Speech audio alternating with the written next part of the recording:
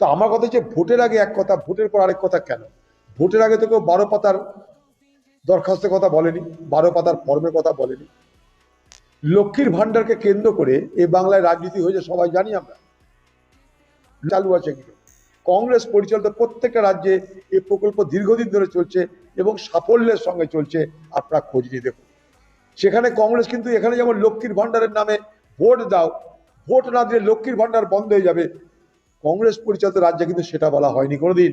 পরিবর্তে যারা ক্ষমতা এলো তারা কি বলেছিল? তারা সেদিন বলেছিল যারা লক্ষ্মীর ভান্ডারের উপভোক্তা তারা সকলে পাবে, আরো নতুন নাম সেখানে নেওয়া হবে। তাহলে এই কথাটা বলার মানে কি হলো? অর্থাৎ এই সরকার ক্ষমতায় আসার পর থেকেই তাদের প্রতিশ্রুতি ভঙ্গের প্রক্রিয়া শুরু করে দিয়েছে। এটা অত্যন্ত দুর্ভাগ্য।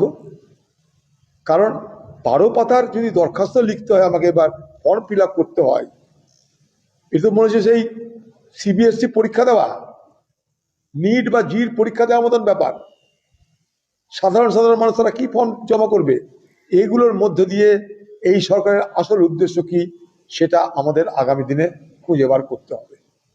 বাংলা জুড়ে ডামাডোল যেন না চলে, মা বোনদের যেন তাদের পাওনা দিয়ে দেওয়া হয়,